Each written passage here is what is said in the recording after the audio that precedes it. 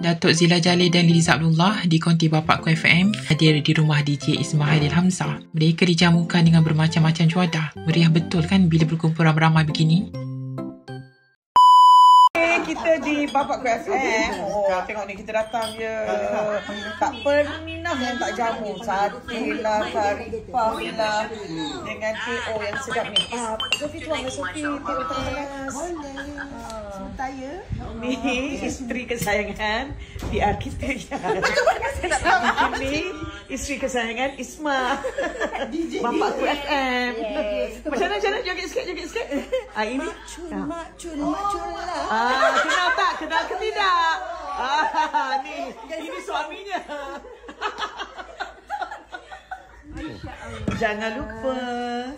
Okey, dengarkan Bapakku FM. Live sebentar lagi. Live sebentar saja lagi. Ujian sunatullah di dalam kehidupan. Lagi keimanan, ketakwaan. Makan dinner dan suka sate. Ya Allah, kami di konti Bapakku FM. Anak bongsu ikut hari ni. Tengok ni ada kuih raya.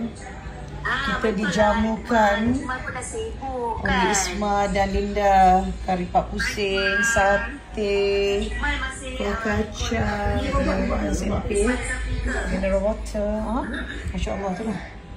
Sedap ya dengan TO. Ya Allah, sedapnya nikmatnya. Alhamdulillah, syukur Allah. Salam semua Ikmal dengan penangan. Nakib Ibrahim At-Tarimi. Masya Allah. Dia kata Ahmad ke sayang kat dia. Abang Ahmad ke sayang kat dia. Ya ke? Macam ada nombor selalu WhatsApp dia. Yang ada yang masih kita pergi sekali tu yang orang baru masuk. Yang seorang tu, yang datang seorang kan. Ada dia